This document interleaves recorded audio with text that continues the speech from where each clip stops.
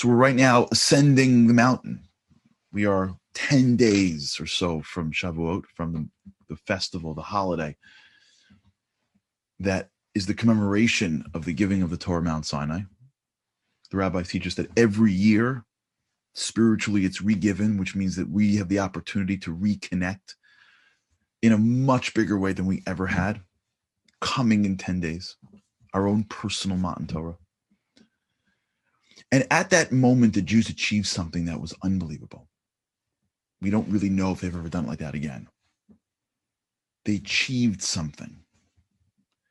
The verse says, Vayichan Sham Yisrael neged Ahar, the Jews encamped around the mountaintop.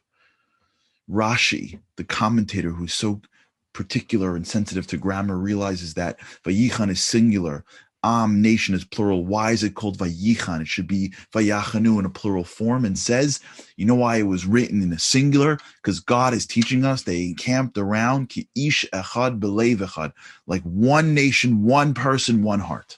They were unified. And it's that unity that was achieved that made them worthy of seeing God and getting the Torah. And from that moment on until now, we're struggling and striving for unity. We hear this all the time. If we would just be more unified, if we would just be more unified. Well, what is unity? How do we achieve it? Or how do we move towards it? So we just came out of it, or we're still in it, to be honest. A week ago, we got the news of a tragedy that took place in the top of Meron. And as soon as the news started to go around the world, something magical happened. Jews from all over the world started to feel pain. It was hard, but it was magical. Because the pain they felt wasn't for themselves or for the people they knew. Most people did not know those that were on directly, but they felt the pain nonetheless. Why? What happened right afterwards was this, especially in Israel, was this incredible sense of unity. All of a sudden in that tragedy, it didn't matter where you're from. It didn't matter what your background was. It didn't matter what your beliefs were. Nothing mattered. Why? Because when you come up to life itself, to life and death, you focus on that. Life and death trumps any other thing going on in your life. And as the Jews, as people started to understand what was going on, they realized that that was the most important thing to think about. And we turned our attention to people that we didn't know because we felt the pain of what they were going through. And as everyone began to focus their attention on those families, something magical happened. We felt unified because our minds were focused on the same thing.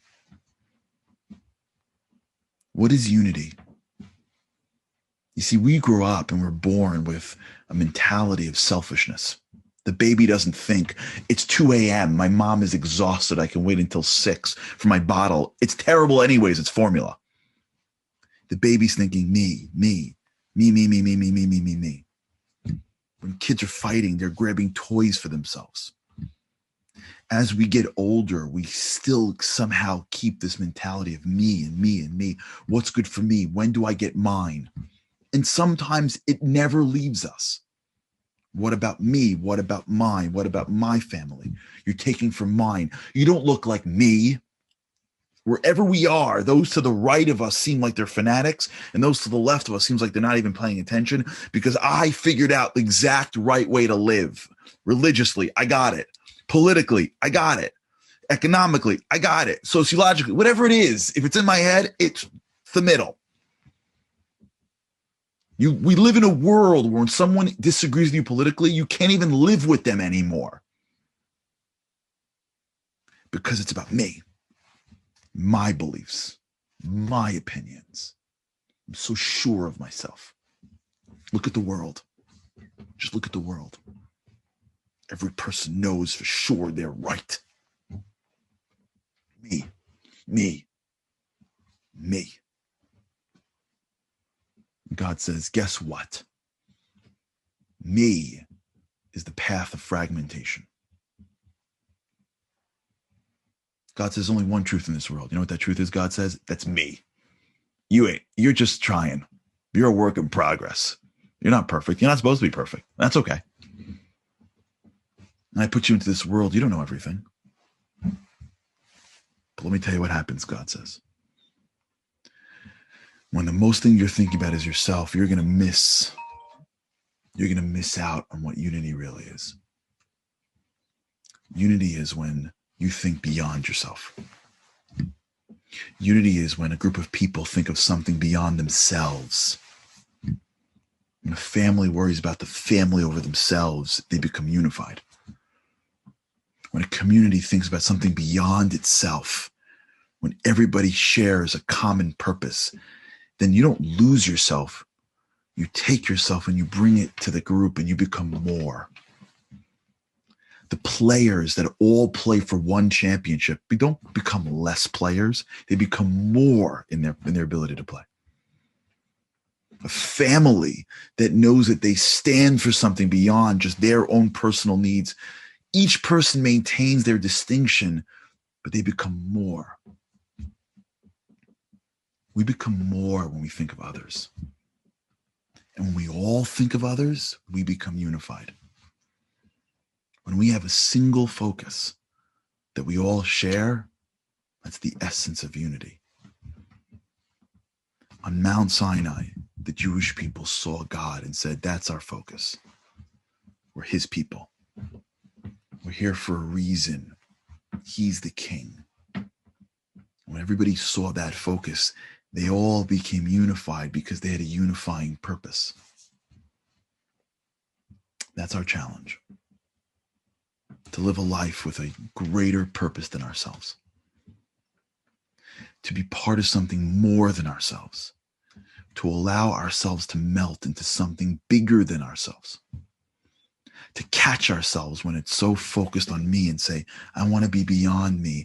And maybe, just maybe, to be able to look up and say, we're here for a reason.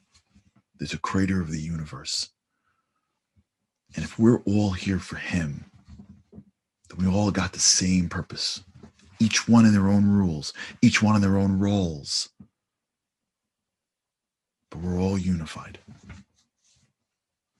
That's our challenge. To be able to be unified in purpose. To be able to realize that there's one creator that we're all under. To be able to think past ourselves. And maybe, just maybe, this year, coming out of that tragedy, we learned how to be unified in pain. Maybe we can now be unified in something more positive, but in a greater purpose.